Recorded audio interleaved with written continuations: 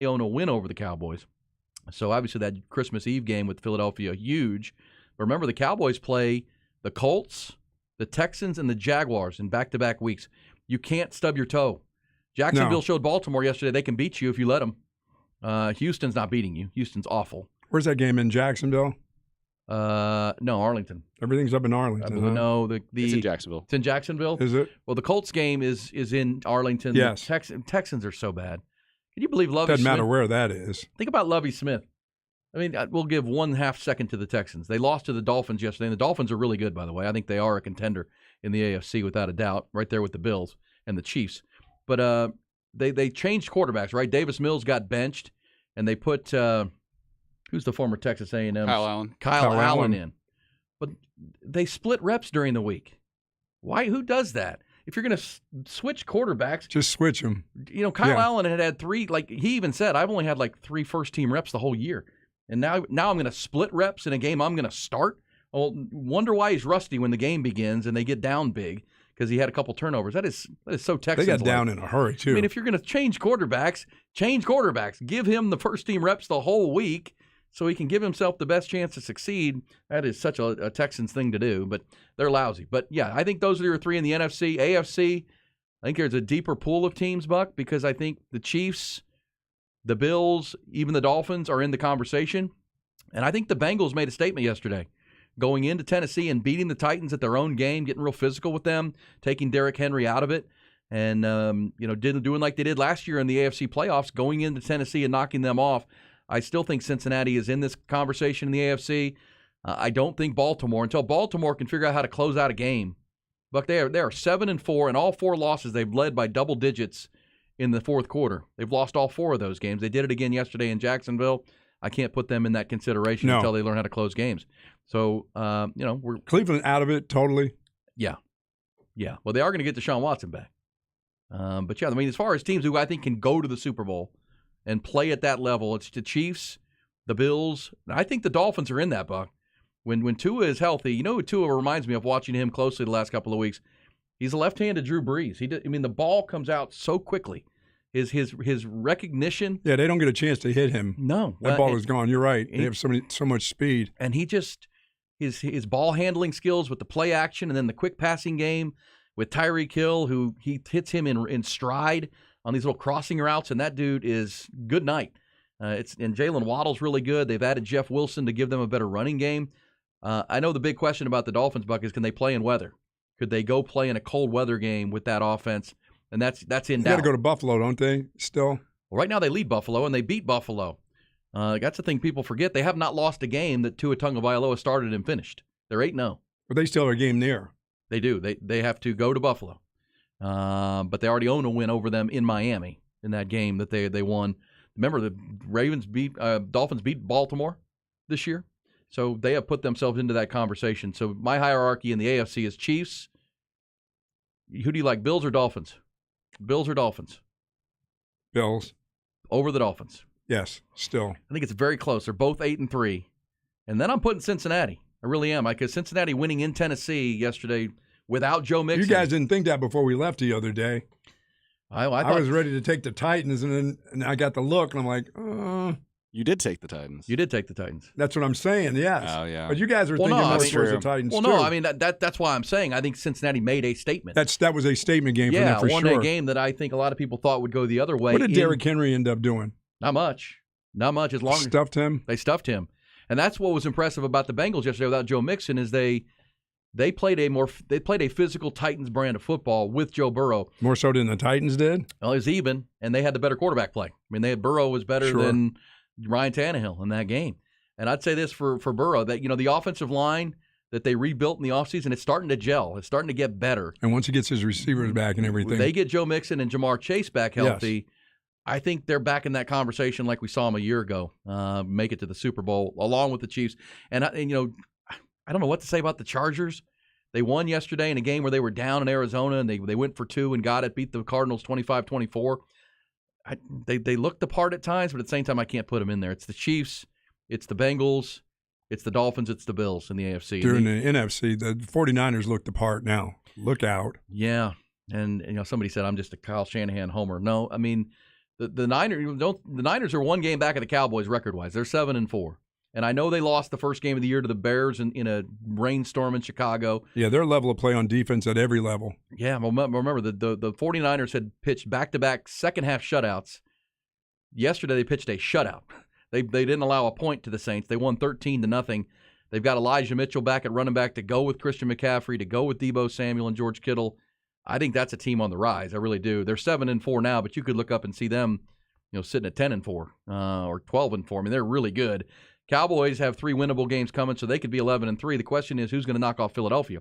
Because if the Cowboys don't win the division, they're a wild card team, right? And if the Eagles continue to maintain a 2-game lead, even that showdown game on Christmas Eve will just be to get to within a game. They need the Eagles to take a loss here somewhere to make up that game. And really, the difference between the Cowboys being 1 game back of the Eagles and 2 is the Packers game, because the Eagles beat the Packers last night, and the Cowboys lost to the Packers. Yeah, I mean, can the Eagles, without Jalen Hurts, or without him running and doing the breaking records like he did last night, can Sanders just do it himself? Can they just put the ball in his hands and get him to do it?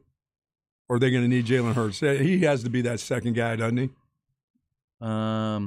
Which one?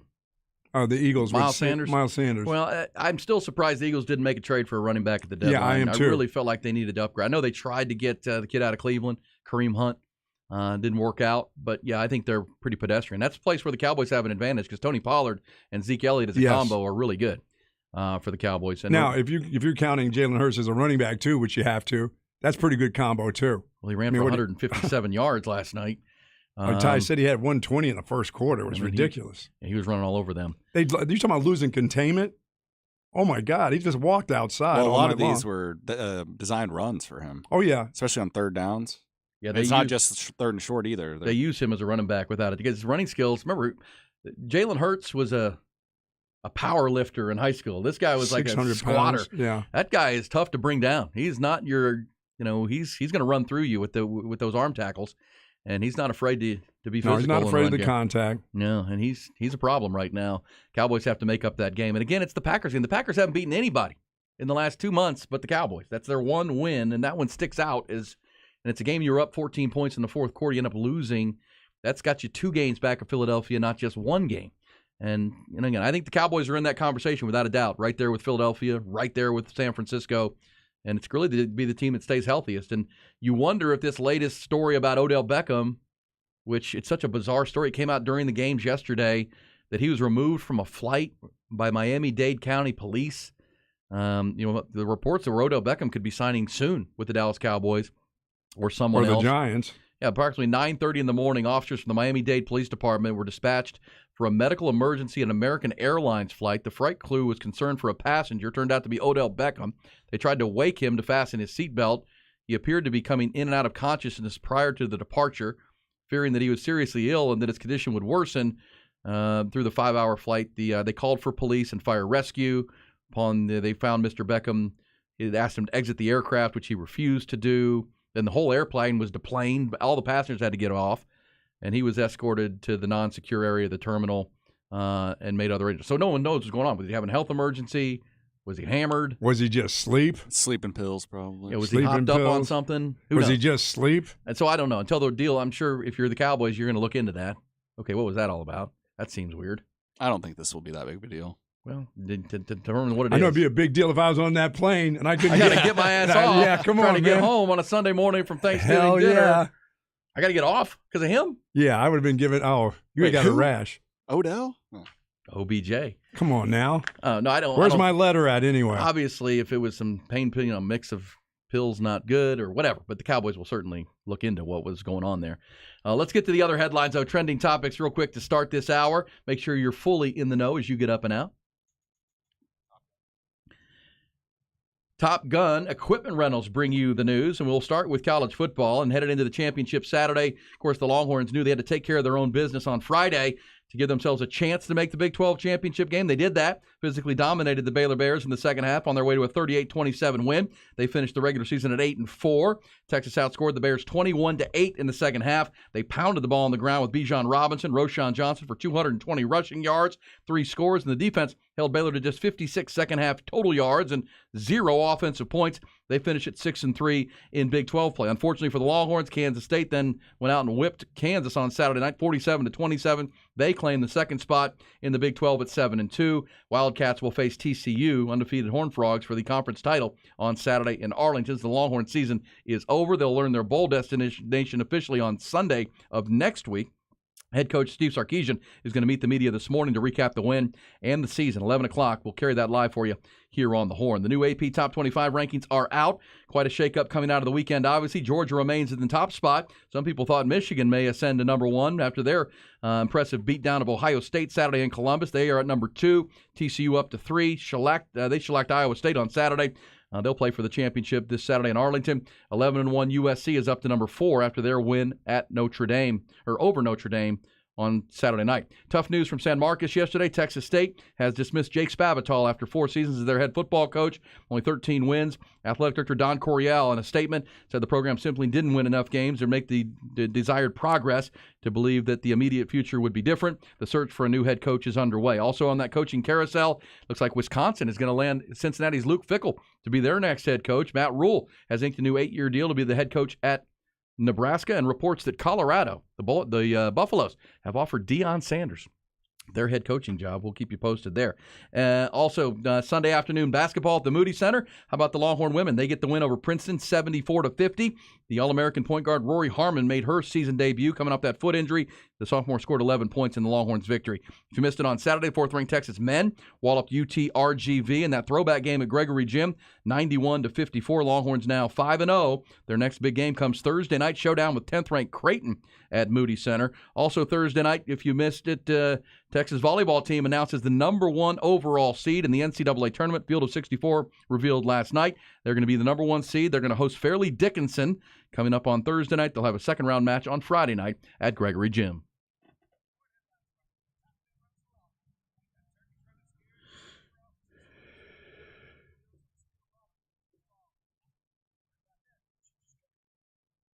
Yeah, somebody says, can you imagine Bijan with the Eagles? Oh. No, I could not. Oh, jeez. And yeah, Sanders had 143 yards, 2 TDs last night. I just said on a week-in, week-out basis now from this point on as you get ready for the playoffs, can he be like that? I mean, we're talking about the Packers. The Packers aren't very good unless they're playing the Cowboys. And I believe the Eagles have multiple first-round picks in this draft. Remember, the Eagles, they're well-built because their quarterback salary is low. Jalen Hurts is playing like an MVP, but he's playing on a draft pick salary of a second-round pick. So they're in a late first round for Bijan. Could that possibly be with the Eagles? Wow. Well, right now, according to the draft order, the Eagles have the 7th pick, thanks to their trade with New Orleans last year on draft night. Eagles have the 7th pick. They could take Bijan. They absolutely could. Yes, they could. That's about where you're going to see Bijan go off the board, between 7 and 20. Man, it's probably because running backs don't typically go in the top 5 to 7 or 10 even.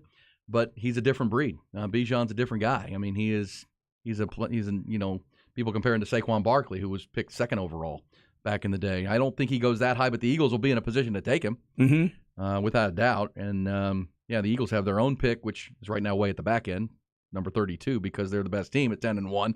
But they also own the Saints pick, so every Saints loss, the Eagles rise. Wow.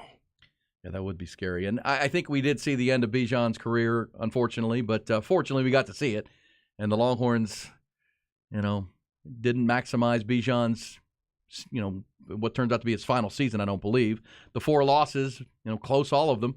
They're to be won or lost, and the Longhorns lost all 4. One of those, and they're playing for a championship on Saturday. Well, the Alabama game wouldn't have changed it, but one of those Big 12 losses would have put the Longhorns into the game Saturday. They're not going to be there. They're going to watch the purple teams play TCU and K-State for the championship. And that's a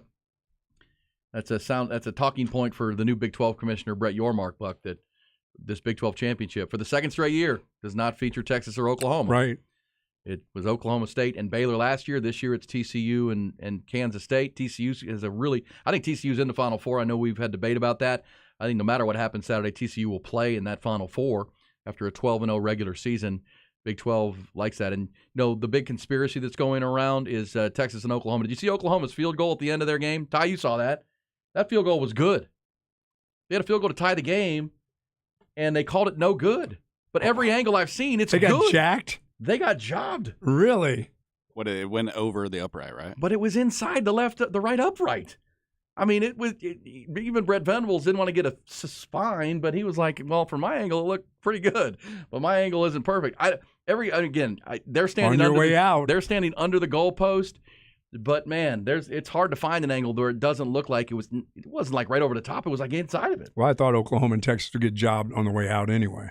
Well, you know that from the get-go. Well, one of the narratives of the game on Saturday was that officiating crew on Saturday was the same officiating crew from Oklahoma State.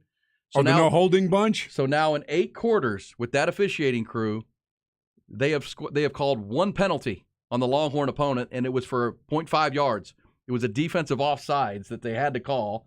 Somebody on the Specs text line said, is this possible in the history of football that Texas has gone a whole year and had two holding calls. Two holding calls against them? Against probably the most aggressive defensive front in the conference. In a year?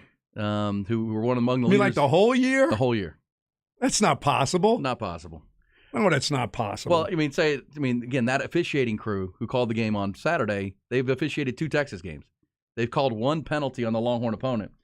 And again, Baylor's an outside zone scheme. What do they do a lot when you run outside zone? You hold a lot. Or you reach and grab. Yes, you're trying to get outside leverage, which leads to holding calls, but not one. You come off a double team that's with you and hold on to that guy until that double team guy gets there. And in Stillwater, we know the penalty count was 13-0. To 0. You can't have 2 years. You can't go that a whole year with that many games at this level of football. Especially when your defense. I mean, last year's defense maybe. Yeah, well, you didn't have to do anything. Right. You just stand there. They couldn't get in. Right, but this year, leading the nation in pressures. Yeah, nation's pressures point leader. You're holding somebody. Some point. 2 in a whole year. Gotta, that's the. And again, Yeah, the Big 12 officiating should just look at that alone and go, we ought to be ashamed of ourselves, guys. Come on, really? But I will say this to those Oklahoma fans in Texas: the minute you announce you're leaving, you're not going to get a break. No, you're not going to get any breaks. You're not getting any breaks. You made that call to bolt, and I think it's the right move, but doesn't make it fair. But you kind of knew that was coming. Well, it's payback for all the years that we did get those breaks. Yeah. Oh yeah. There's no one on the old school Southwest Conference or Big 12 that's feeling bad for Texas or Oklahoma. But Oklahoma did finish at 6-6 for Brett Venables after a 3-0 start. So 3-6 down the stretch. They lose to Texas Tech. How about Joey McGuire? Beats Texas and Oklahoma in his first year out there in the plains. Anything still running through Lubbock? Not really. Seems like it. Bowl game. Cheez-Its, Deez-Its. Going to get Deez-Its. I do know this. Everything's running through the Oklahoma defense because they're bad. I mean, their defense is really bad for Brett Venables in year 1. So the Horns got an opportunity to either be in the Alamo Bowl or the Deez-It Bowl. It's going to be the Alamo Bowl. It's going to be the Alamo Bowl. Well, we'll probably play Oregon or Utah again or USC. I've seen that. Well, the Alamo Bowl is always the Pac-12 number 2. It heads the Alamo Bowl. That's the matchup. So, that's where Texas is going, and that's their own fault as far as the 3 losses that they took in conference. I think they had control of all 3. Well, they had their chances. I mean, they had every opportunity, and the one that I will still say that stings the most is the Oklahoma State game, because Oklahoma State has proven since that game to be not good. They lost again on Senior Day. They got pushed around by West Virginia and lost to the Mountaineers. They're not a good team. Texas was running all over them in the first half, and the second half is still a mystery. I'll give Tech credit because they beat him and they went for 4th down 8 times and they got a bunch of them and they had a couple of fumbles that they got back on top of and they seemed to catch every break in that game. So that's just one. And then Texas's best player, Bijan, fumbles in overtime. That's just one of those games. And TCU, I know that was a maddening game for fans, but TCU is a 12-0 team. TCU is a really good football team that's got a winning mindset and culture. I'm going to let that one go. It was the Stillwater game that really sticks. Sure. Because Spencer Sanders was hurt. He hadn't played since, by the way. No. You let a one-arm quarterback. That's right. The one arm, that's lousy right. About every area beat you. That's the one that crops up and you think, golly, really? Tech was kind of a confluence of a lot of things. The Alabama's Alabama. TCU's really a good team. But, man, that Oklahoma State game just sticks as the one. The one that maybe because I was there. that it's the one that sticks with me. Is that the one that sticks with you, Ty? Tech. Tech? Damn, you know what, boys? My wife's been gone for a week, and boy, Carrie Underwood, Sunday night last night. Oh! When she came home, I was like, whoa, man. Sunday night. Man, oh, man, oh, man. That was a good way to wrap it up. Legs the for weekend. days. Legs for days. Okay, so there's some Monday conversation coming off of a very busy 4-day weekend. Hope yours was tremendous. Coming up, we've got our Flex segment. We've got teams advancing, and we've got a couple that didn't in their playoff games on Friday. Also, a big announcement surrounding our all top 3 flex teams coming up. We'll hit that for you on the other side. Plus, Craig Way has his report for the end of the hour. You know it's Gossip and the Blitz on a good, bad, and ugly Monday on the Show of the People.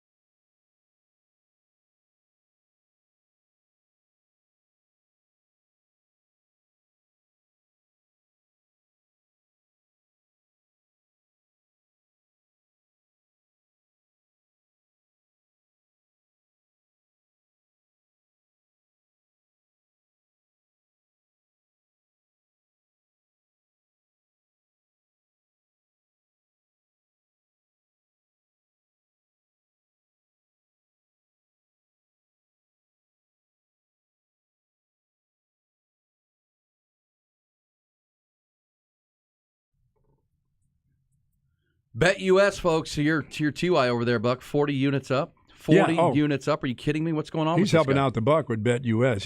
You started to jump on the train. I'm starting to jump on his train a little bit. This guy is starting to get for real. But BetUS, he has been for real for the last 29 years. And in the NFL, going on 29 years, nobody is better. Integrity, maintaining your account and doing all the things that you need to do. And if you need help, they're right there. Their management there is special. It really, really is. Tremendous. Well, 29 years they've been doing this, as you said, and that's what you want, right? You want the immediate payouts, you want the trust and the loyalty that this is the group that's going to get it done for you, and it's so easy to use. That's the number one thing. It's so user-friendly, whether you're calling like the Buck does at BetUS or just going online on your phone or on the computer.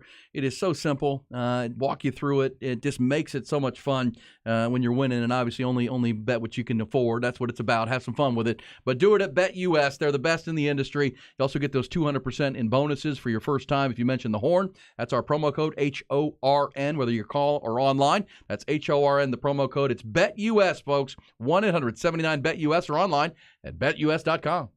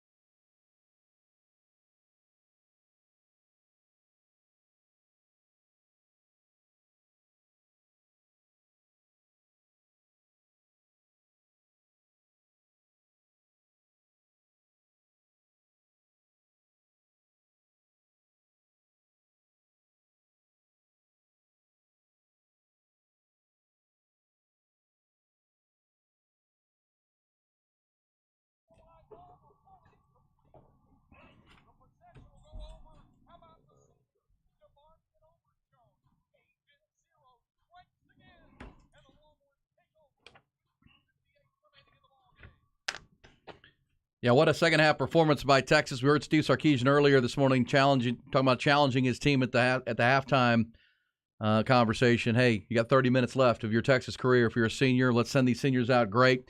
And they did. They had one bad play in the second half. That was the strip sack fumble that led to 8 Baylor points. Other than that, they smothered Baylor defensively. Part of that was that DeMarvion Overshown sack at the end of the ball game.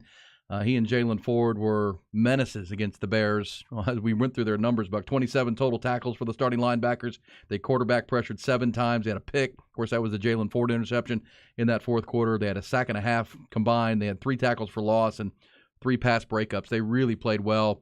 Defense pitched a second-half shutout, and the offense just ran the ball down Baylor's throat for the whole second half. Yeah, you got to hope that Jalen Ford returns for sure. He's a junior, draft-eligible junior. Yes. But I think he's on his way to Defensive Player of the Year honors in the Big 12. Could be. Well, he'll know what his status is like anyway soon. I think he's continued to be a developmental player. I don't know that he's on a lot of NFL radars at this point, but size-wise, yeah. I think he can be the anchor of a great defense next year for Texas with young guys like Byron Murphy and Barron Sorrells, and Ryan Watts will be back at corner, and Jade Barron, and they got some good guys on that side of the ball to build Anybody around. Any more instinctive than Ford and Barron? How about that guy finding where the ball is? I mean, he's always around the ball. Both those guys are always around the ball. He's fun to watch, and he's fun to watch too. He is, and that's they're going to lose some key guys on defense, and you might lose some on offense too through the portal and moving on. But man, when you're going to start with the foundations of those lines of scrimmage, 4 offensive linemen who started all year, we're coming back.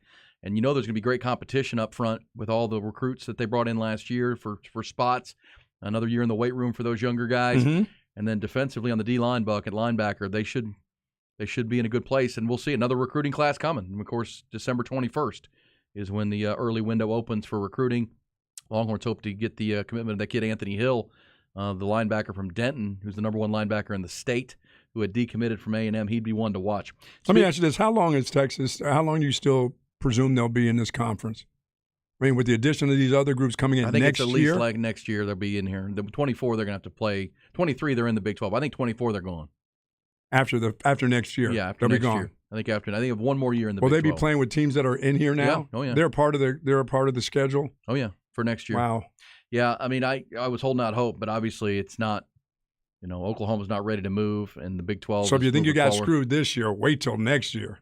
Well, you know what? Next year gives you another year to get more prepared for the SEC. And look, the Big 12 is right there with the SEC this year as far as a strength of conference, in my opinion. I mean, they're right there.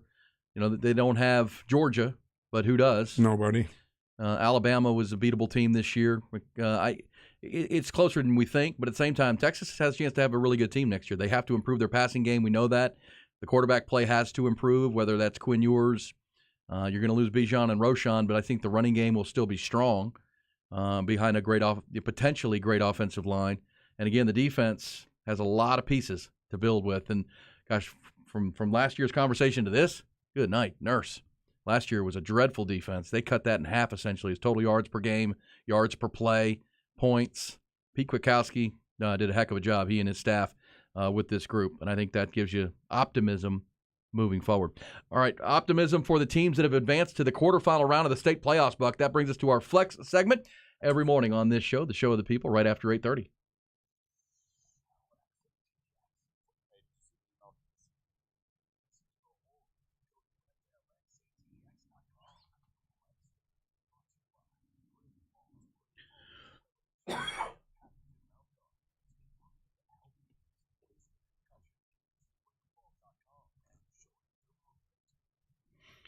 All right, Buck, for folks who were kind of caught up at Grandma's house or wherever you were, we know that the state playoffs on Friday were full of wins for local teams, but a couple of losses as well. And unfortunately, one of those was Lake Travis, your team that you call the games Absolutely. for. They lost. They hadn't lost to a San Antonio area team in the playoffs since 2004 when Lake Travis lost to Alamo Heights. I mean, that's been almost 20 years now. But this Brendan team was a team that, like everybody thought, maybe one of the better teams in the San Antonio area. They were good, and they brought back a bunch of guys that they had from last year, including the twins, the quarterback and the wide receiver, both big kids. One, the quarterback's going to UTSA, so he's headed down there, and the other, who knows where he's headed to. He's about 6'4". They also had a 6'6" wide receiver, E. And they really got it done. Lake Travis played without Jacob Henry. He had a bummed up knee. He got hurt against Cibolo, right? Yeah, but they didn't. They just threw the ball. They just did what they wanted to in the air. Lake Travis fought hard, but once again, it's been one of those kind of crazy years at Lake Travis. So 34-17 was the final score there, and 5 losses for Lake Travis this year, not indicative of their norm. But they had played well in the playoffs and the season over. Also, the season ends for Georgetown. The Eagles, what a season they had. They had to go down to College Station and play College Station for the second time. They had beaten them earlier in the year, and College Station's a top 10 team in 5A, and College Station beat them 52-28 in that final. As for the victors, Buck, how about Wimberley? They crushed Gerald 64-6. That was nice to see. Also, Vandergrift. They haven't lost since that Dripping Springs matchup. They beat Harlan 49-21. Vandergrift's 11-1. And guess who they're going to play this week? Dripping Springs. They're going to play that game at Gupton Stadium. They played first game of the year, and it's still one of the best games of the whole season. It was 20-20. Austin Novosad took Dripping on a game-winning drive to kick a field goal at the gun. They're going to play again. Both teams. Dripping's only loss was to Westlake. Vandergrift's only loss was to Dripping Springs. They're going to play Friday. They both were winners because Dripping Springs went down to the Alamo Dome and just crushed Harlan out of San Antonio, destroyed them pretty badly. Westlake will now play that San Antonio Brennan team, Buck. That'll be a fun game. Should be. You just saw San Antonio Brennan with big, tall receivers. They're going to play Saturday afternoon at the Alamo Dome. So Westlake's going to have to go into San Antonio to play a San Antonio area team. I'm sure they'll travel well. Congratulations there. Wimberley's now going to play Lago Vista. Both teams won. That's a fun one. Area teams from the outskirts there. Liberty Hill's going to play Corpus Christi Flower Bluffs this weekend in fourth round action, and Llano will play Edna. So congratulations to those who advanced. Edna's still playing, huh? Yeah, man. So if not for the Lake Travis loss, we were talking last week about all the teams that are all the local teams playing in the final to go to the Final Four essentially. But San Antonio Brennan upset that apple cart. It would have been Westlake and Lake Travis, would have been Vandergrift and Dripping Springs, but that's not going to be the case. We were pushing for that to be down at DKR. Oh, yeah. DKR, you go back to back to back. Wimberley, Lago Vista, Vandergrift, Dripping, and then Westlake, Lake Travis. But obviously San Antonio Brennan had other ideas. We know who the best lake is now. We know who the best lake is officially. Yeah. Well, what do you think of Brennan there, T.Y.? I didn't expect them to play like they did against Lake Travis, so I think the Westlake guys need to go into that game, expecting to have a fight on their hands. Also, exciting week here at the Horn because appreciate everybody's input on this, and we've done a lot of work and due diligence behind the scenes. We started with our flex watch list at every position, Buck and Ty, and those have been whittled down to the top threes, and we are ready to announce all week long different positions, the top 3 players at each position, and then in the end we'll have the best player at every position. But how about this, Buck? Offensive line. This is the debut of our flex top threes for O-line and D-line this morning. And 2 of the more talented position groups in all of Central Texas here with offensive and defensive line. Defensive line might be the most talented. Line, yeah. But our top 3 offensive linemen for our flex watch list, Buck, Ian Reed, the big left tackle from Vandergrift. Yep. What a stud, man. This guy is tremendous, helping that Vandergrift run game. And Ian Reed is there. TJ Shanahan, that's not a surprise. He's the big left tackle from Westlake, who's headed to Texas A&M, and third on our list from Harker Heights, Jaden Chapman, who happens to be a Texas commitment. He is the number 3. Or these are not in order; these are just our top 3. We'll pick a winner for the end of the year. That'll be our all-flex team. On the defensive line, another Longhorn commitment who had been an Oklahoma commitment, Colton Bosick, off the edge at Westlake. Not a surprise there, Buck.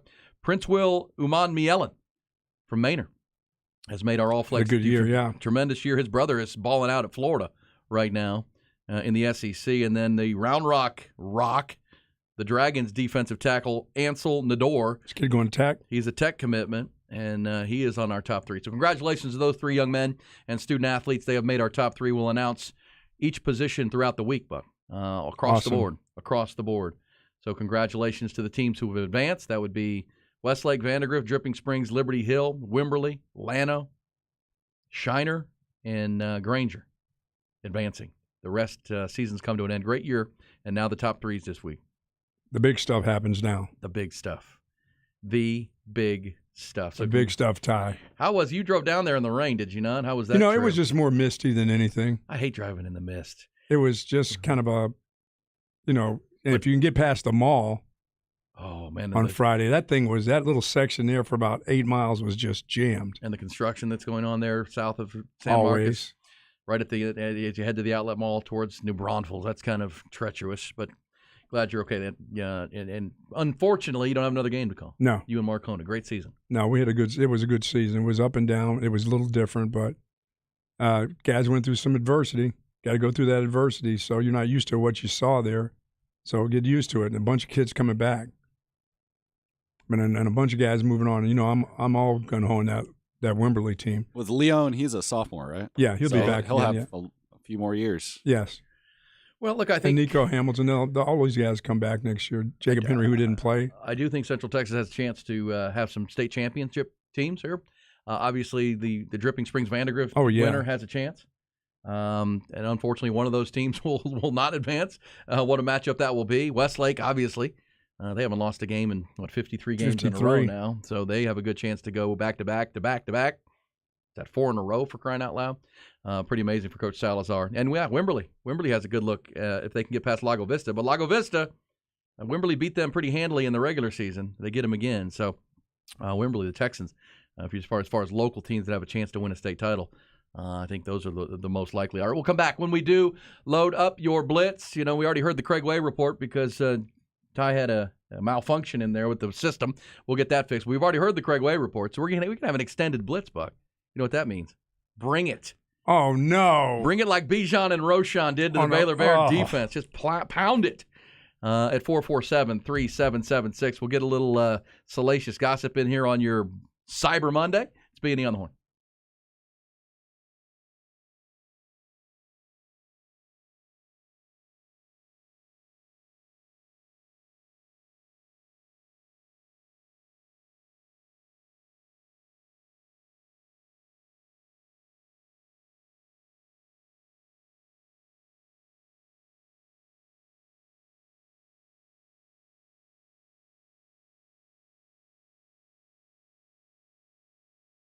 Data Savior, folks. Brian and his team, 20 years strong, is a local company here in Austin, Texas. They are your business technology specialists. That's what they are.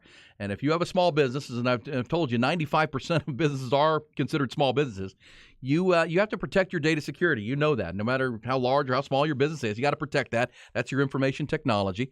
You got to keep it backed up because what if it gets hacked or somebody steals it or ransomware, theft, or a fire? Data Savior is there to have your back. As I say, they're kind of like your seatbelt for your data security. They're always there for you. They're going to lock you in. And Brian and his team, we appreciate them this year with their help on our Flex segments, helping us out with our Data Savior Players of the Week. And also big on the high school bands. The best high school bands were probably Vandergrift and Buda Johnson this year in our area. Congratulations to those teams, those groups. They work hard as well. But so does Data Savior. For your backup, you got to have it. And all you have to do is call Brian and his team for a complimentary consultation to see what's going on, where you're vulnerable, where you may have issues. They'll lock you in at 707-0026. And then when they do become part of your team, they're not a vendor. They're part of your team to help you. There's no monthly commitment fee with Data Savior. They're going to monitor your backup 24 hours a day, 7 days a week, provide daily updates so you are secure in knowing that your data is secure and backed up if something goes wrong. It's their HIPAA compliant, completely encrypted service. They're the best in the business, I promise you, and they're a local company, so you're going to love working with them no matter how small or how large your business is. You have to have it. It's datasavior.com online. That's datasavior.com, or call Brian, 707-0026. It's Data Savior. They've got your back.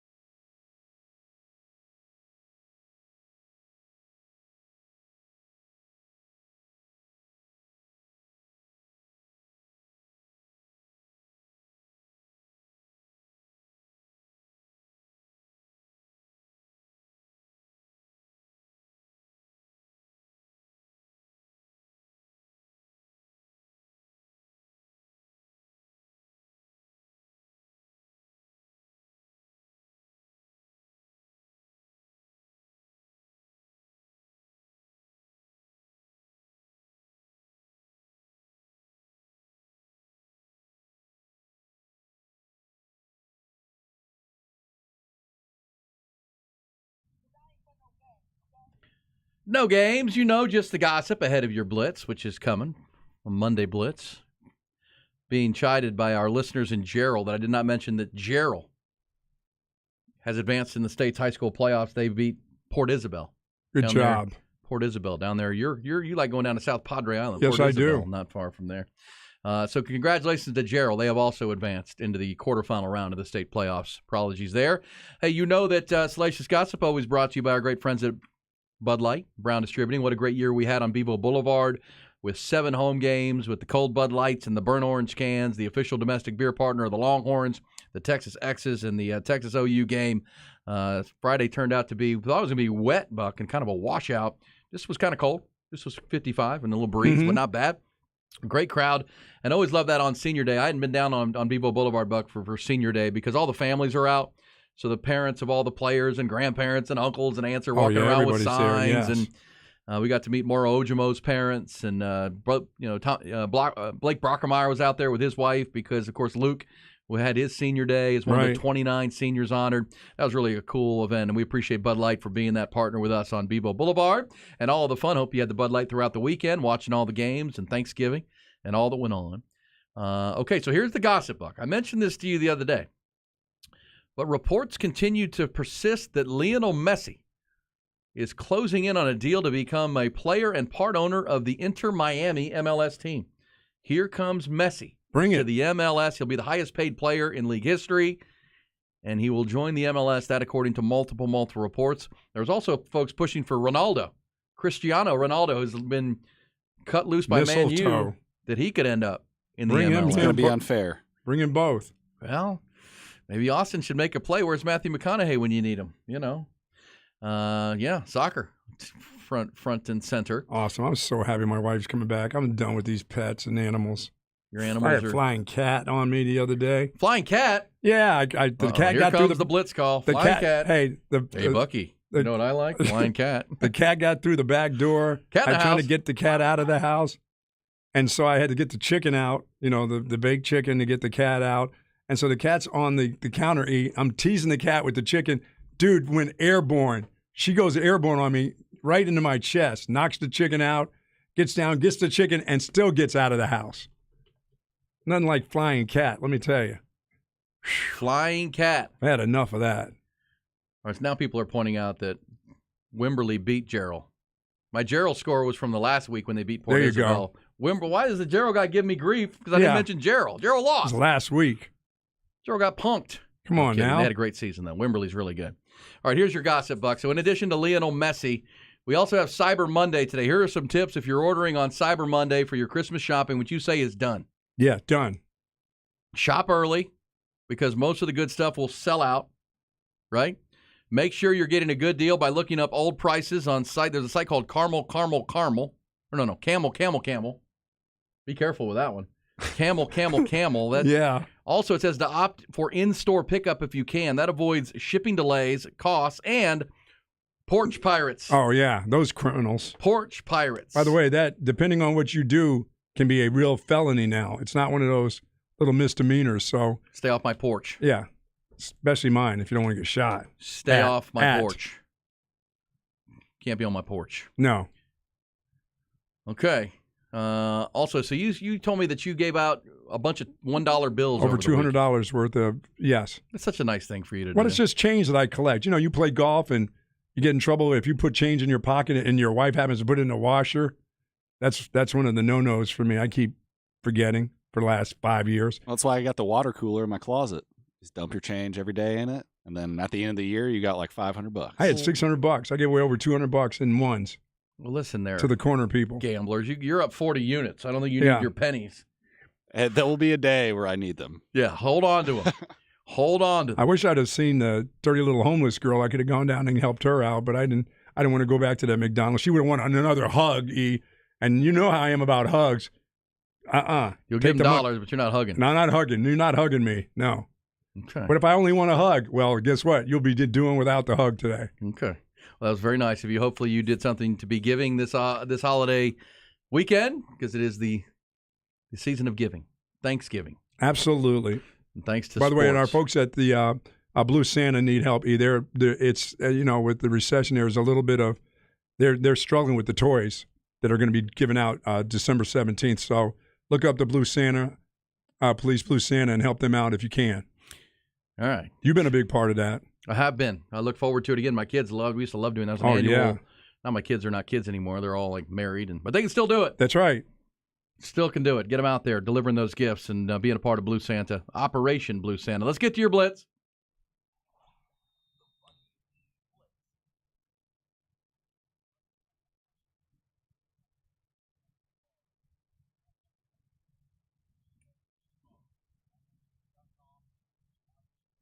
Yes, there's a cat in the house, and no, I wasn't choking chickens. Cat in the house. Not at all. First blitzer, you're up. Hey, Bucky, I was going to call and give you another Trey Elling doesn't have a job joke, but I can't stop laughing because I heard your Golden Chick commercial. Golden chicken. I should have given that to the cat. Next blitzer, you're up. Hey, guys, fight on. Trojans are looking good. Casey Thompson is looking good. You know what? I really feel for Hudson Card. He should have at least got a series in. And at 13-11, Sarkisian's not the guy. Next blitzer, you're up. Yeah, I don't know. $7-8 million in a Lambo. I think it's worth staying another year instead of playing for a crappy team like the Texans or the Raiders. Or Not a bad idea there. Have The money in your Eagles. pocket. The Eagles. Eagles. Next blitzer, talk to us. A question for the turd polishers. Should Quinn have even been throwing the ball at that point?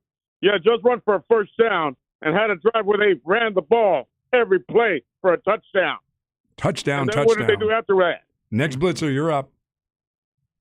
Riddle me this, fellas. Year 1 coach, 5-7, program trash. Year 5, 5-7, future is bright. About as bright as what Lionel Richie sees.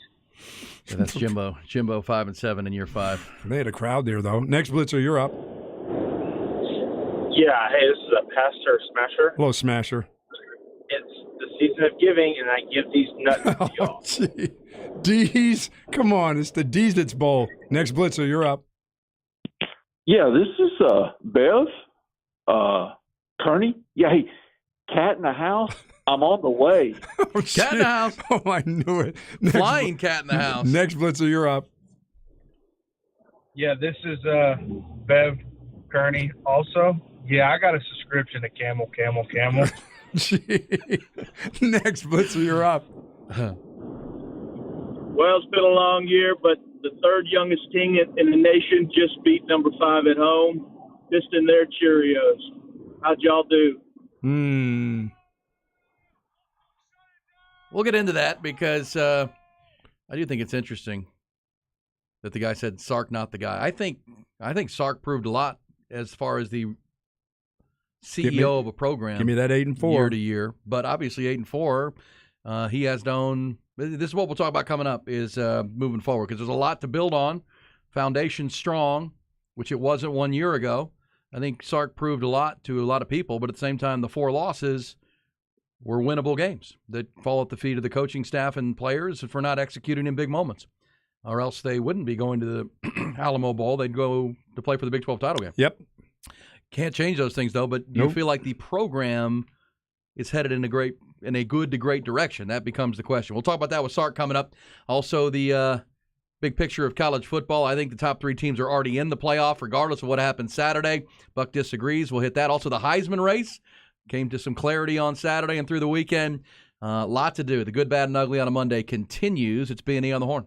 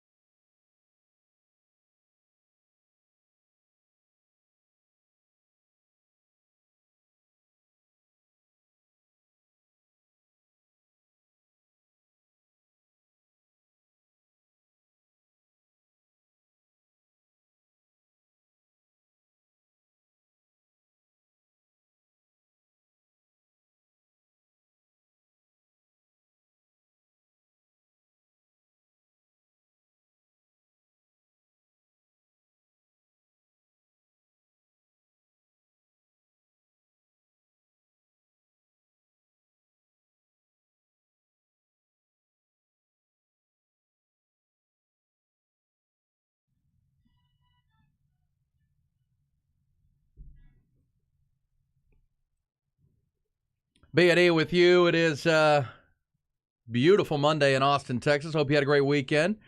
Rainy and kind of dreary for the first 2 days of the weekend if you had the 4-day weekend, and then beautiful Saturday and Sunday. More of the same this week. And we got a lot to chew on from Thursday on with the Cowboys win. Longhorns wins on Friday. And I wasn't on the corners making it rain with dollar bills. No. Come on, man. What's wrong with you people? You're being generous to the people. That's why it's the show of the people. Just giving, that's all. It's a great time to give. Saturday was a lot of college football. The Ohio State-Michigan game, one-sided. If it was going to be one-sided, you would have thought it would have been Ohio State, but huge credit to Jim Harbaugh and what he's built at Michigan. You know, they've been patient with him. He had to take a pay cut at one point, but he believed in his vision of what that program could be. Yeah, how about that backup running back? Well, they've got wow. Well, and that's two of them. I mean, you know, Harbaugh was selling the administration on patience in that he's not going to chase 5 stars and chase the limelight guys. He's going to build a rock solid program from the strength and department and strength conditioning and physicality way all the way up. And now back-to-back years, that's what they are. Now, can they play with Georgia? Becomes the question, right? I mean, last year, Michigan beat Ohio State and then went to the Final Four and got beat by Georgia 34-11, and it was a mismatch. It feels like Georgia's not what they were a year ago. They're still very good, but they seem beatable more than they did a year ago. I kind of like that. I think they're the top 2 teams in the country. If you put, I think Georgia still should be number 1, but Michigan made a case to be 1, but they're 1 and 1A at this point, and they're both going to be in the Final Four. Georgia will play LSU in the SEC championship game. Michigan will play Purdue in a not real exciting Big Ten championship game, and I think both are in regardless at this point. And I still think TCU is in regardless of what happens Saturday. They'll play Kansas State for the Big 12 title. The only thing open is the 4 spot, which is USC's to lose, Buck. Oh, yeah. I mean, if they win, they're in. USC's to lose. And we talked about 3 weeks ago USC having the opportunity to play UCLA, Notre Dame, and then the Big Pac-12 championship game in successive weeks to put themselves into this conversation. I think they would be in it regardless, but the fact that LSU took a loss, Tennessee took a loss to South Carolina, Clemson now took a loss to South Carolina. I just think and Ohio State not just took a loss but got beat bad on their home field by Michigan. I think the door is wide open for USC. But they've got to play Utah, Buck, on Friday night. Short week kind of game. Yeah, I don't think they're going to have too much trouble. Not the way their quarterback is playing right now. And their head coach is calling plays where guys are wide open again. Well, the thing about USC is this. I mean, they're tremendous on offense. Caleb Williams will potentially win the Heisman Trophy or at least be in New York as one of the finalists along with Max Duggan. Yeah, they're going to give away some points, though. Hopefully Bijan. Can Bijan get to New York at this point? I think I heard Robert Griffin III pushing for him. And Robert Griffin III was being such a homer for a while there on that broadcast.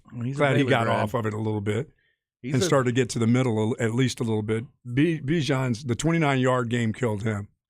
It did. But, each of those guys have had a bad game. I mean, Max Duggan had a bad game against Texas. They won the game.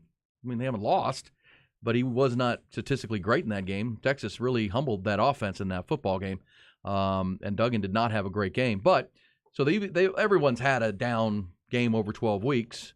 But you're right. The game against TCU, probably the low water mark in that spot. But as far as if you're going to go with Caleb Williams and Max Duggan as your top 2, who else goes? I mean, Hendon Hooker's hurt. And Stetson Bennett going. Stetson Bennett has to be. I mean, for 2 straight years, doesn't that guy have to be going at least to New York? That's what I mean. Ty, you think your guy Stetson Bennett can at least go to New York? No. Yeah, I don't know who's going to get the vote. I mean, Drake May at North Carolina was getting some hype, and he took a couple losses late. Yep. How about them losing to NC State in that game on Saturday, rivalry Saturday? Blake Corum at Michigan was going to be in the mix. He needed to be in this game. He needed to be in the game. And he didn't play, and they still ran all over Ohio State. That just tells you how tough and physical the Buckeyes are. And in that game, it was J.J. McCarthy that was balling out, the quarterback. I really like that quarterback, by the way, at Michigan. As I said earlier, it reminds me of a young Joe Burrow.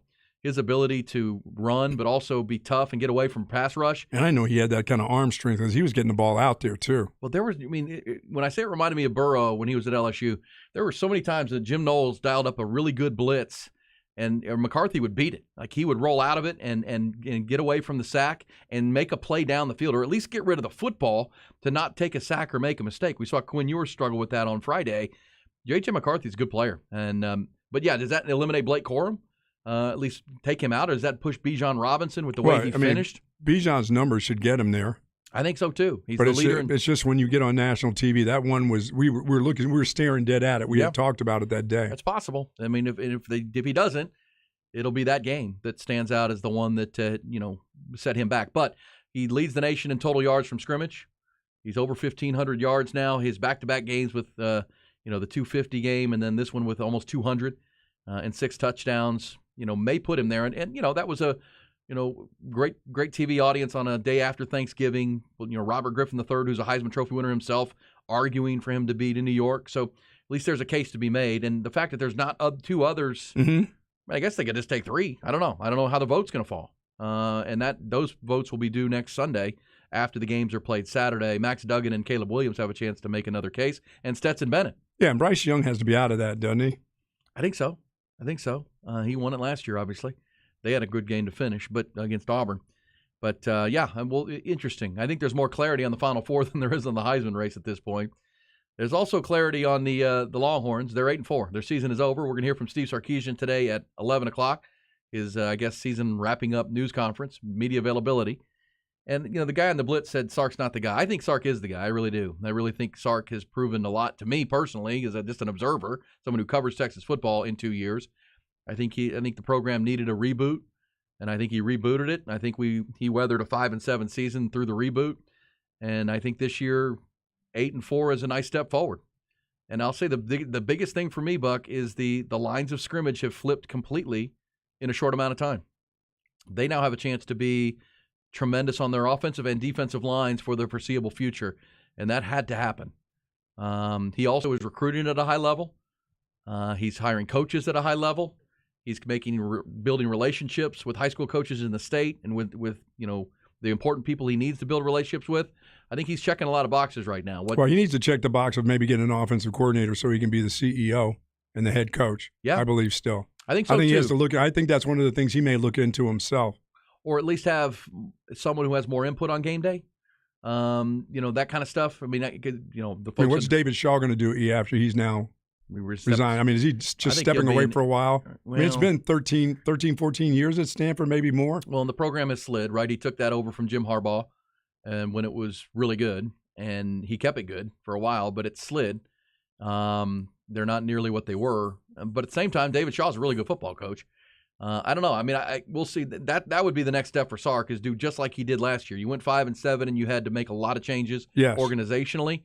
I think the same. I thought Coach Patterson did a lot. Sure. Pete Kwiatkowski, the defense has completely flipped. The defensive line. I mean, those are the things that you really like to see. That the improvement, the development, improvement of players is huge. That sells. I mean, that's been one of the biggest issues with top level recruits is, why do I want to go to Texas? These guys don't develop. Well, now they're watching development, and you're seeing guys improve year to year. You're seeing, look, Texas is going to they're going to litter this all Big 12 team when it comes out, right? Mm-hmm. I mean, that's been a bit since Texas has had a ton of guys on the all Big 12 teams. They may have the Big 12's Defensive Player of the Year in Jalen Ford. There'll be several members of that defense that make, first team all Big 12.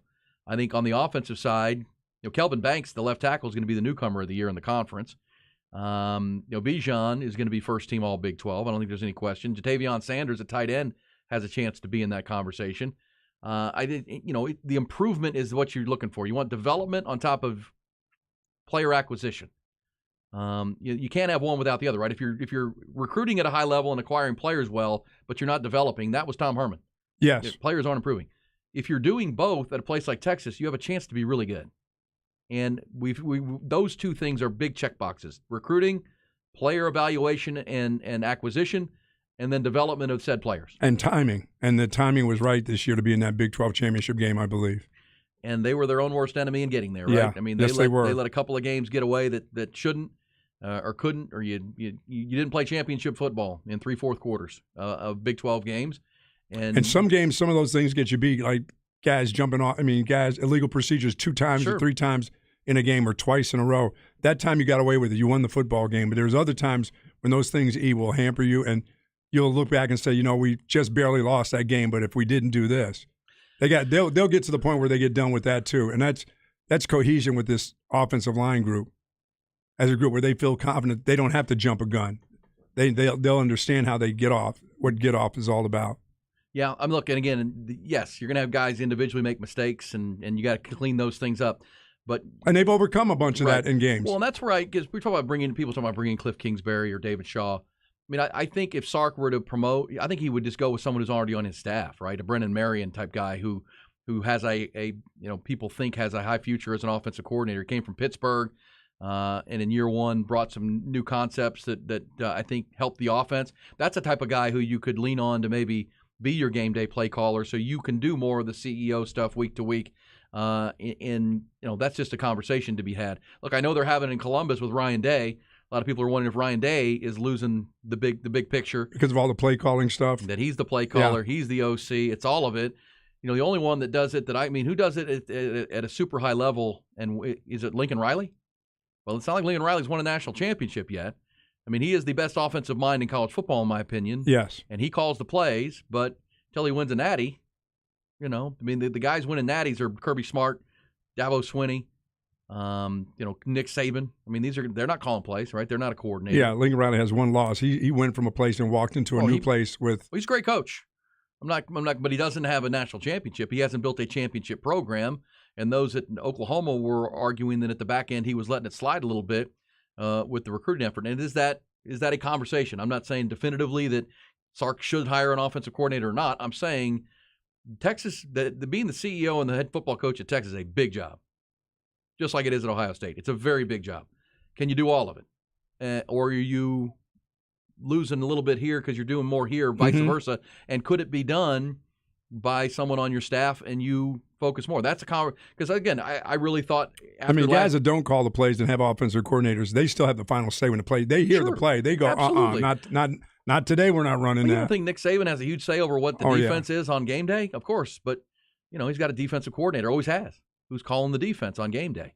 I like that model. I do think it is because there's a lot to do. There's a lot that goes on, and I got to have Coach Marion do the receiver stuff first before I have him calling plays.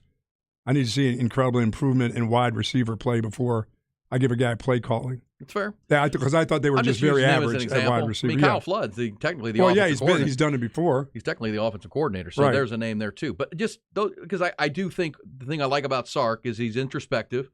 He did admit he'll own it when it's on him. He says that over and over. The man in the mirror moment. And at least last year, after 5-7, he made a lot of really smart changes. Yeah, and as his listener says, I mean, Ryan Day is 45-5.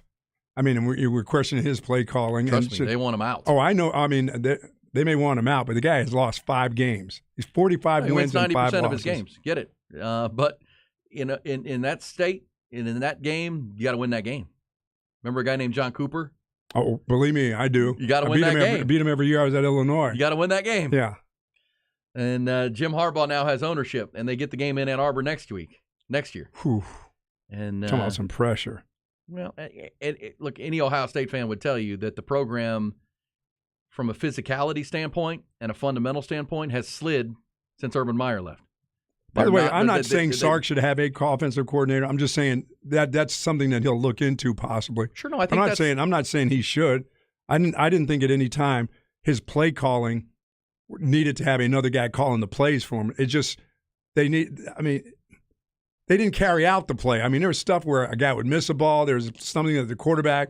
And it didn't really get to me with the play calling. It was the fact that they didn't execute a lot of stuff that was called at the right time. It just wasn't executed. There were a bunch of stuff that was there. That's the chicken and egg question always, sure. Right? It was the players not executing the play or the play was bad. That's always going to be the debate. I just know how big the Texas job is, and I know how much there is going into it. Would it be better big picture week to week? Because that's the one thing that Sark has struggled with as a head coach. Like when he was at Alabama and was just the play caller, right? He was great. Yes. That was his job. He didn't have to do the rest. Nick Saban did the rest as far as the overall running of the program. And he was unbelievable, right? Some of the best offenses in college football. And he did that when he was at USC as well, just calling plays and just the play caller. Pete Carroll was I know in he's charge. battled alcoholism and everything else, and generally you don't have that. Those guys, you try to drop your ego at the door when you're battling addiction, but Sure. That's an addiction. That's a football addiction that you've been calling plays all your life. To give that up. Yeah, no, but and that's a fair point. As far as this is what he's always done, that's okay though to have the conversation about. You know what? Sure. That's what I've always done, and my record would say I'm a 500 head coach. I'm a great play caller when that's my only job. That's what my role. Or do I want to keep that only job? Yes. But if I want to take this program to the next level, is it worth the conversation about, hey? Well, it's worth the should I hand it conversation. off? That's right. That's what I mean. It's worth the conversation because in this case this year you could have been in or should have been in the Big 12 championship game. Because I believe. it's not difficult to point out that. Well, look at the coaches who are doing it at the highest of levels: Nick Saban, Kirby Smart, Dabo Swinney, Sonny Dykes this year. Mm-hmm. Sonny Dykes could be the offensive coordinator at TCU. He could. He's been an offensive coordinator before. He's an offensive mind. He hired Garrett Riley to run the offense, and then he ran the program. That's all I'm saying, and I think you're saying the same thing. It's not a definitive he should do this. It's a conversation to be had for the big picture and the growth of the program because I think he's the right coach. I think he's taken the program in a really strong direction. I think the connection on the team, the leadership on the team, the culture of the team is completely flipped. The physicality of the team is completely flipped. They were so much better on defense this year and on the offensive line. They're only going to get better. The recruiting is through the roof. I think the player evaluation is through the roof. I mean, I think there's a lot to like. So, when a team goes from 5-7 to 8-4, you're finding ways. Your culture's changing, but you're finding ways that when you're not perfect, you still win the game. And that's what they have to continue to do. For sure. Because everything's not going to be pretty every Saturday. And look, their passing game has to improve. The passing game was bad this year. It became, even on Friday, every time Quinn Ewers would drop back, there seemed to be a free rusher coming at him. They got to figure some of that stuff out and give Baylor some credit because I don't think Quinn Ewers played a terrible game on Friday. I mean, he was 75% completions. He made some really nice throws when he had time. There were just too many protection breakdowns where guys were free runners at him, and that's a tough spot for any quarterback. Yeah, but he's not going to all of a sudden be a runner. He's not going to do that. No, he does have to get more sudden in his decision-making. He can't be so casual with things he does. That's got to improve, but that, to me, will improve with coaching, development, and experience. That just comes with doing it. And in the end, Quinn Ewers was a freshman player out there looking like a freshman a lot of times. That has to improve. The receiver connection with him has to improve. But again, for Sark, that's the big picture thing. Like, hey guys, we're doing a lot of things right.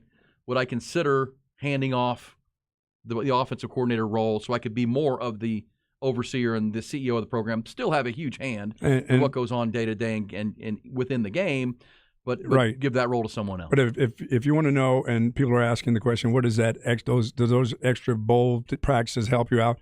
They help you when it comes to the trenches, where you can watch young guys develop a little bit more for a couple more weeks.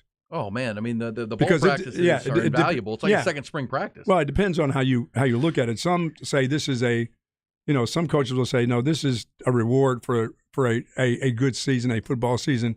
Let's just basically go do what we do. We get a bunch of young guys, but some will take it and say this is like a spring practice. This is what our young guys need. The older guys, you can sit back, enjoy the fun of Florida and some of this other stuff. For you young guys, we're going to be practicing like hell.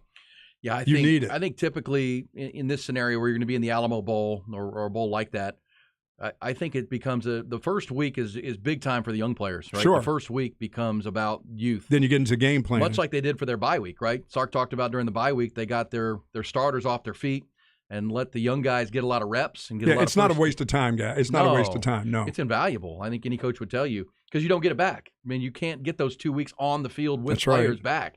And you get it. And so typically the first week becomes very, like spring practice, hands-on, especially with the younger players you're trying to develop. And then the next week will become more about the install and normal typical game week to get ready for whoever you're going to play in that bowl. Boy, those 2 weeks, I mean, reps, you don't get that time with those players on the field until spring again. Really, I mean, the offseason is about strength and conditioning and all of those things. But the on-field coaching, that's invaluable to have the bowl game, so I do think it'll be big. Several people have pointed out, and it's true now, Bruce Feldman of TheAthletic.com reporting that Tulsa has fired Philip Montgomery and that Brennan Marion, along with G.J. Kinney, both expected to be candidates for the Tulsa head coaching job. Brennan Marion, of course, played at Tulsa and was a star there before getting into coaching as a young rising star. He's definitely going to look at that. I mean, his alma mater is calling for him. No question. So, we talk about the roster and how it's going to look based on who stays and who goes and transfer portals and things like that. Coaching staff, too. And good job by Joey McGuire and good victory by Texas A&M beating LSU this weekend. Just when you thought they were, they've been dead in the water for most of the year, the Aggies. That's a good win It is on a good team win. that was on the rise. Now, that team was playing really good football. Well, Texas Tech has beaten Oklahoma and Texas in the same season for the first time in school history, so that's something to build on for. It's about building on a program for year number Joey one. McGuire, but there's also some losses they'd like to have back. But that's the challenge in college football is to build a week-to-week team, right? A team that shows up each week and plays with that same level. That's something Sark's working for. For the Aggies, you're like watching that game going, really? Appalachian State beat y'all, and they went 6-6 in the Sun Belt. How about that? Not a great team. No. How are you losing to that team? UMass played you for a half. That means you're not bringing it week to week. That's right. And the fact that you can play a team like LSU that had a lot to play for and played that well. That's absolutely right. That's like a siren. Like, really, guys? I mean, okay, we know we have a lot more talent than we're putting on the field. Everybody knows it. So why are you playing so bad? Week to week. That's the question for Jimbo Fisher, because I don't think it's just about an offensive coordinator. I know everybody at A&M is saying the same thing that we're talking about with Sark of hiring an OC. Same time, the level of intensity week to week. The level of and another remarkable job done once again by Sonny Dykes in year number one at TCU. I think he's coach of the year between he and Lincoln Riley. I mean, that's both, amazing. Both coaches took over for coaches who were fired during the season, and Gary Patterson and Clay Helton, and both took Lincoln Riley built his roster through the transfer portal and a lot of bringing a lot of guys in. Same time, Sonny Dykes inherited a very experienced roster, hired the right coaches, and installed the right offense and defense, and has done a hell of a job. Oh my goodness, yes. I don't know who would you. I mean, I'd vote for Sonny Dykes personally, but to take that program and as far as national coach, he's certainly going to be the Big 12's coach of the year.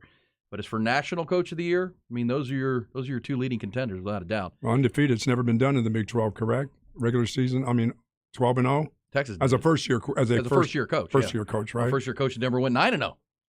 I think was the number, or 10-0. And Sonny's gone 12-0, and I think they're in the playoff regardless of Saturday. But I know there will be disagreement on that. All right, we'll be back. We will pick up the conversation. Normally in our next segment, we talk to Jake Spavital, Texas State head coach, in our Bud Light Texas State Spotlight. But, of course, news is out that Jake has been dismissed after 4 years. We'll get you details on that. We'll get you an update. I did reach out to Don Coryell, the athletic director. He got back to me, so we'll let you know what he had to say. The search is on for the new head coach at Texas State. That'll be a good conversation about the the coaching carousel that is out there. Just mentioned Brennan Marion in Pittsburgh, in Tulsa. A lot of jobs open, a lot of jobs being filled. We'll get you the latest, including the Bobcats, coming back on B&E.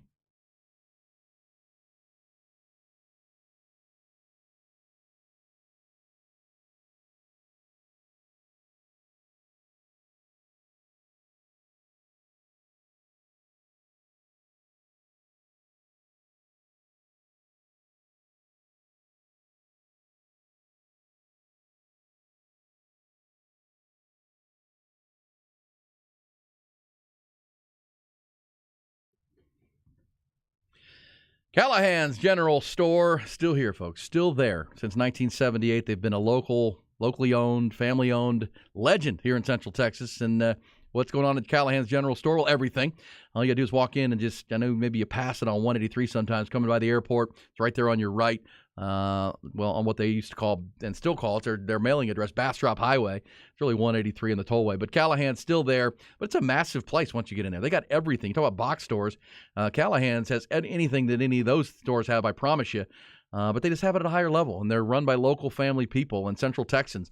You got the Western wear area in the back where you can get boots and hats and everything you need for the ranch or the lease, or just the Western wear that you're looking for. They've got the hardware section. They got the houseware section for everything you need. They've got the feed that we've talked about for your pets and your animals. And, of course, they have the grass and lawn section, the flowers, everything that you want. They are absolutely the best. And as I say, what separates Callahan's and has separated them for so long is the people.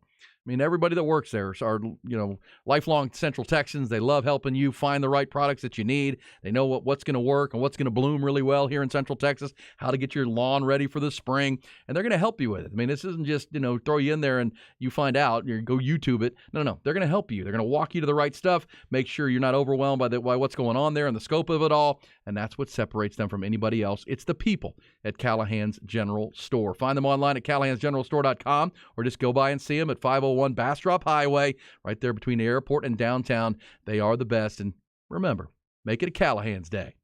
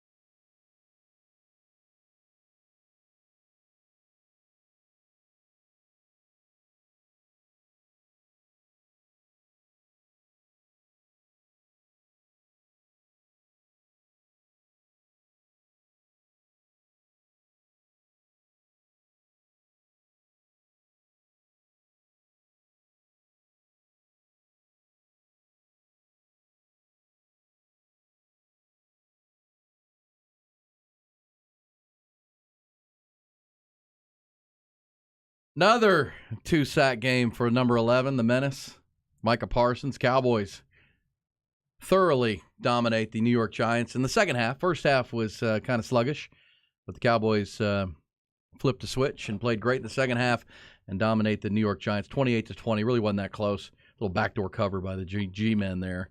And as you said, Buck, I mean, the Giants are going to have a hard time scoring points, and they did. They really don't have anybody to throw to. You eliminate Saquon Barkley as much as you can. Eliminate the quarterback run. And the quarterback run. They're limited, safe to say. And they held the Giants to right at 300 total yards. Most of those in the first half. They didn't do much in the second. And I think I'm probably on the wrong side of this, but Odell Beckham, they don't need him in Dallas right now. Michael Gallup is really starting to. I mean, you can tell week to week he's getting better and better, his quickness. And do you want to throw a ball up high for a guy to go get it? Throw it up for Gallup. That dude will go up and just snatch it on a slant. Oh. Well, the thing you really like is those tight ends. I mean, Ferguson and those guys are Hendershot.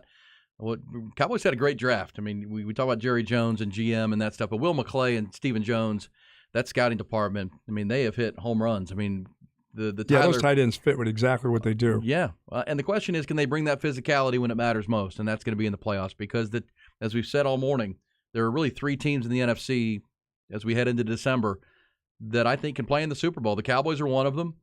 The Eagles are certainly one of them. After another win last night, they rushed for 363 yards.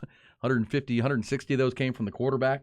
And then I think the 49ers are a team that at 7-4, Wouldn't you love to see the Cowboys and the Kansas City Chiefs play? That thing would be in the 70s. Well, that'd be in the Super Bowl. Wow. That would be a big opportunity. But I think the Cowboys would have the advantage defensively there. That's the thing the Cowboys have. If the offense, and that's why number 30 still back there covering guys, or number 3. Yeah, he is. Yeah, but their defense is much better than the Chiefs. Come on, much better than the Chiefs. Now Patrick Mahomes is a different breed. He's a different animal. He's much better than Dak Prescott for sure. But the Cowboys have the better pass rush and the better defense overall than the Chiefs right now. Now they got to get there though. Cowboys haven't been to the Final Four. They haven't been to a championship game since in 25 years. So they haven't even scared the Super Bowl in the Chiefs have the edge because they have the quarterback and they've got the coach. Yeah, well, let's worry about the NFC first because that's where the Cowboys they haven't even gotten to the NFC title game in 25 years. Your whole life, Ty. So until they even get to the final 2 of their conference, the Chiefs side of it is you feel like the Chiefs. Why do the 49ers have to do this? Why do they have to be hurt all year long and then? But the last 6 games of the season, they all start just kind of coming together. Well, somebody mentioned Elijah Mitchell got hurt yesterday. I don't know the extent. How bad was it? It didn't look good. Didn't look good. Well, he can't stay healthy. And then McCaffrey was also dealing with some stuff yesterday, too. Well, that's becomes the 49ers thing. If they can't stay healthy, then all of a sudden they're vulnerable. But if they are healthy, they're the best. They're potentially the best team because their combination of skill players, offense and defense.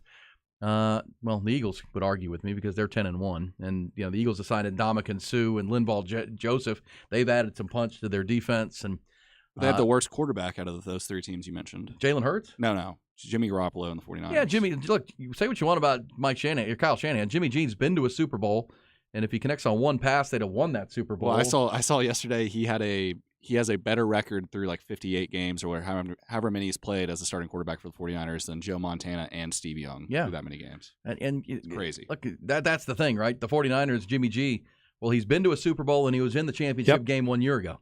Cowboys haven't been to that championship game in the NFC in Ty's life.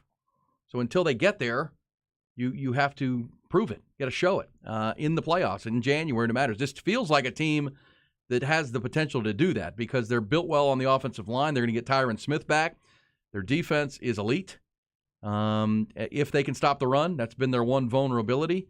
But, I think the Cowboys are in that short list, that short conversation.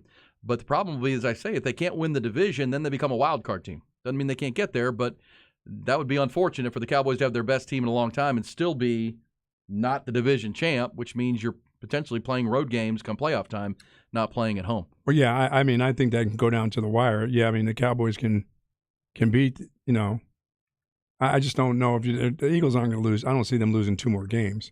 Anywhere to you? Well, look, the Cowboys know they have to beat them head-to-head in Arlington. Right. That has to happen. That'll be Christmas Eve. Correct. And everybody be paying attention to that game. They got to play Washington again. Oh, boy, Heineke. Commanders are playing better. No, it's not like the Eagles are – you just wonder with the Eagles, did they get through their rough patch and only lose one game? Because they didn't play great against the Texans on a Thursday night. They didn't play great against Washington and still won the football game.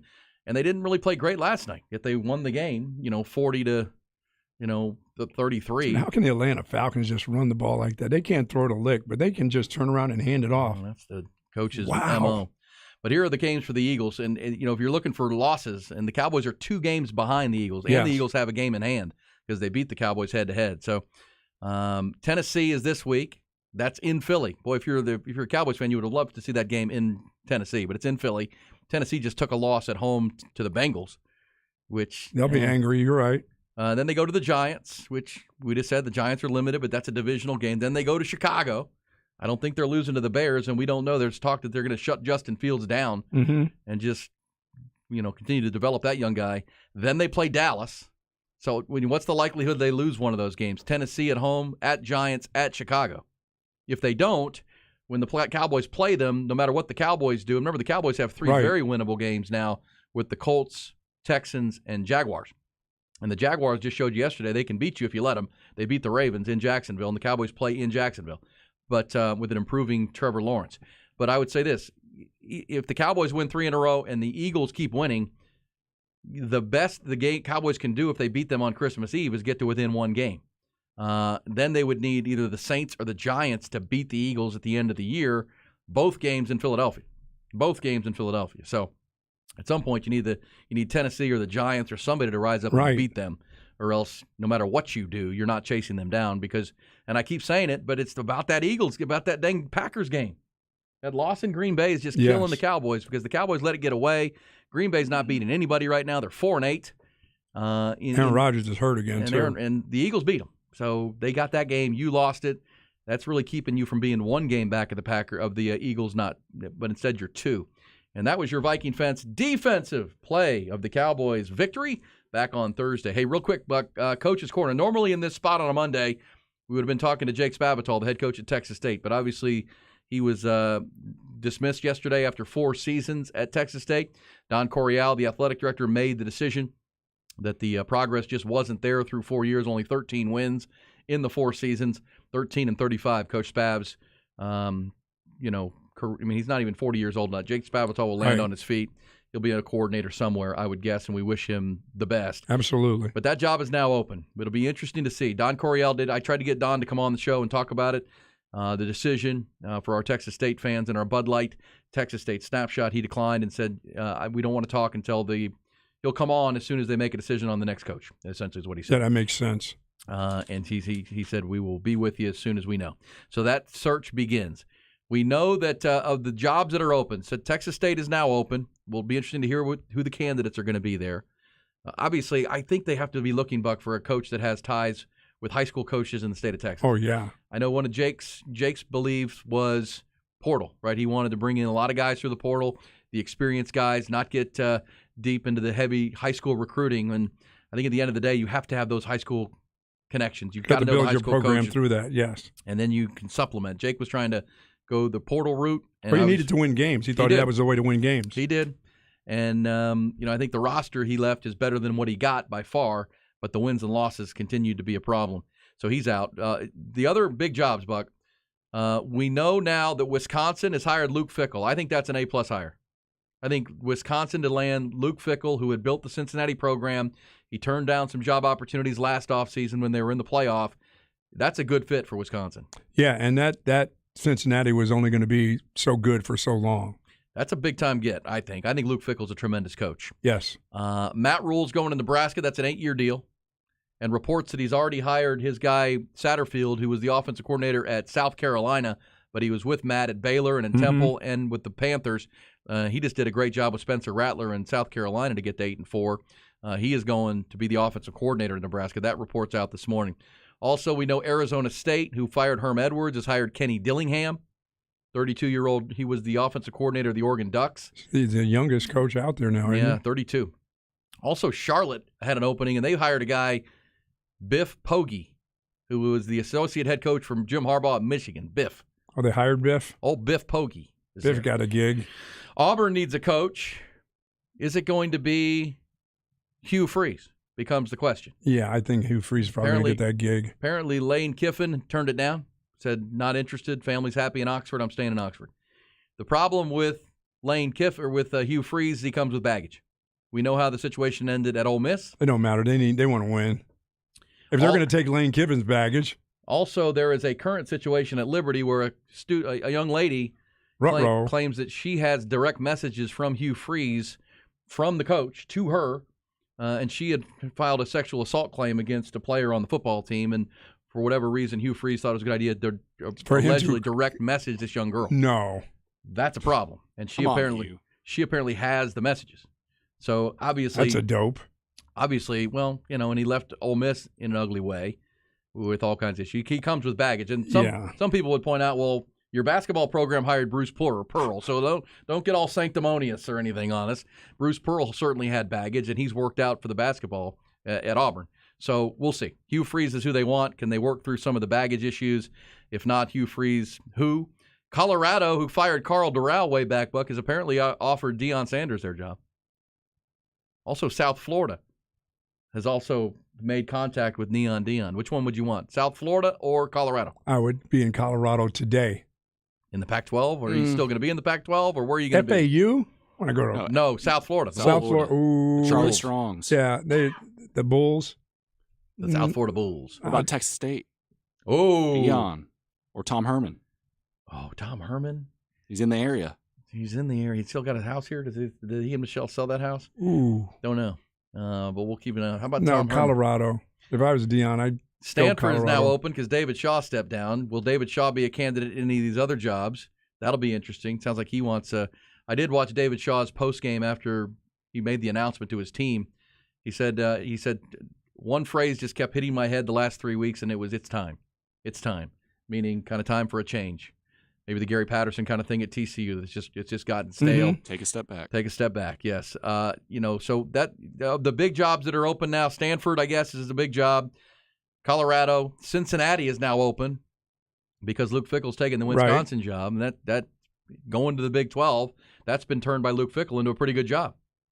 You can win there clearly, and it's the state of Ohio. Tulsa is open. Tulsa is open. There's reports that Longhorn wide receiver coach Brennan Marion, who is an alumnus of the Golden Hurricane, will be in the mix there, as well as former Texas quarterback G.J. Kinney.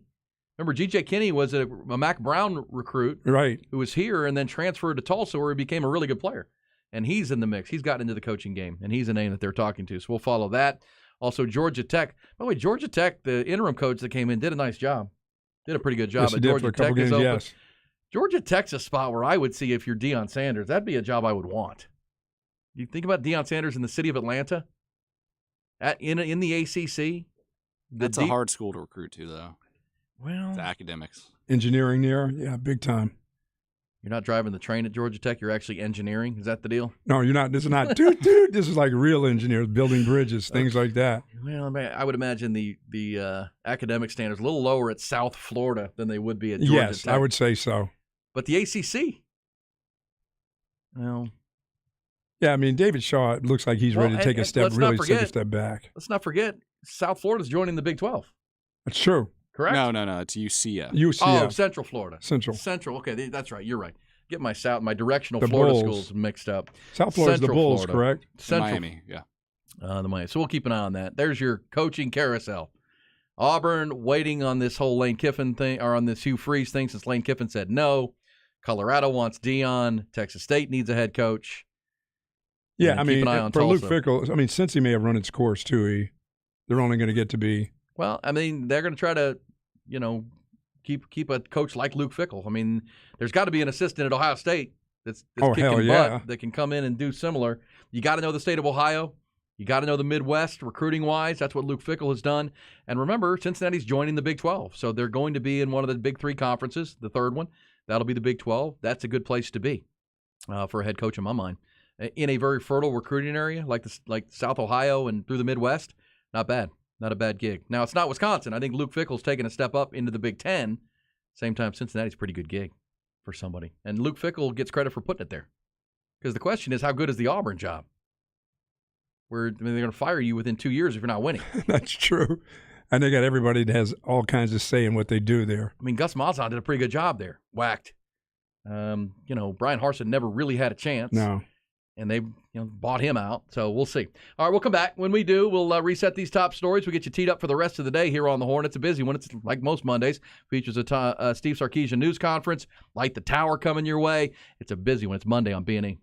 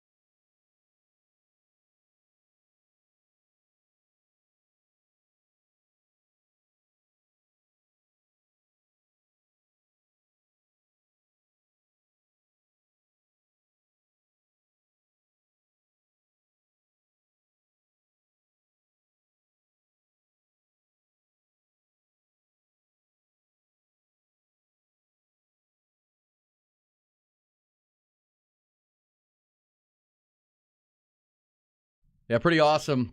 Great Craig Way call there on Friday's victory. Roshan Johnson off the Rouge Cat. They did the motion sweep with Bijan, faked it, and came off the right side.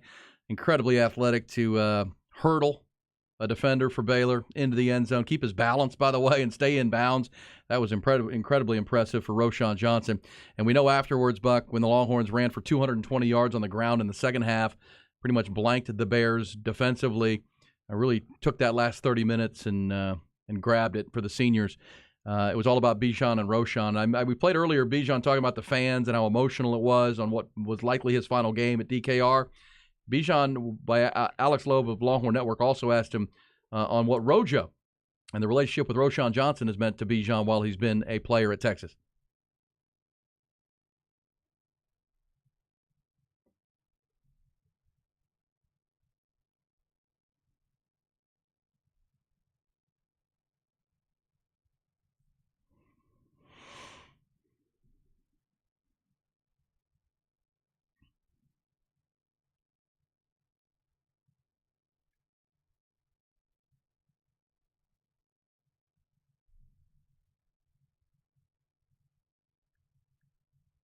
Switching to running back, and then with me coming in and, having to take a role, and, he had to, kind of not sit back because, Ro always been, but, he just his selflessness and for what he does with this team and what he does for this team, it's emotional for real, and I just respect him so much, and, I love that dude to death. He's going to be my brother, for life.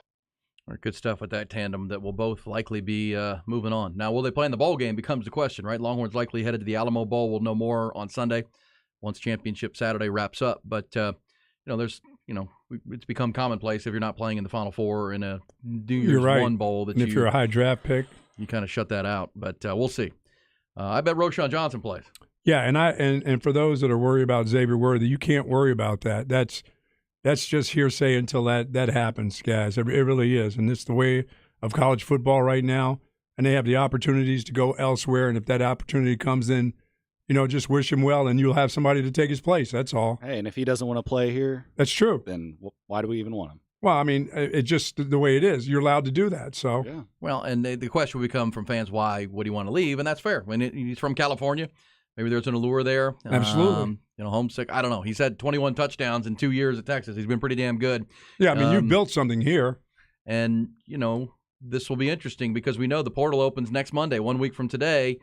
Every coach in America's job is to now re-recruit their own roster. You have to. You have to make sure. I hope he stays and finishes what he started. Well, with Isaiah Nair coming back healthy next year and Jordan Whittington potentially coming back, plus the young guys, Savion Red and Casey Kane, Brennan Thompson. Brennan Thompson had another year, another recruiting class, maybe even some portal guys. Absolutely. Passing game has to improve at Texas. All right, good stuff today. If you missed any of it, good conversations all morning long, recapping the weekend.